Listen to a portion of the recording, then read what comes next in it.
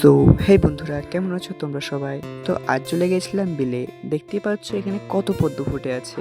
তো ওর মধ্যে কিছু পাতা এবং ফুল তুলে নিয়ে চলে আসলাম বাড়িতে। তো বাড়িতে আনার পর পাতাগুলো দেখে ভাবলাম ওর উপর যদি কিছু একটা করা যায়। তো যেমন ভাবনা তেমন কাজ। শুরু হয়ে গেলাম মা কালীর মুখাকৃতি বানাতে।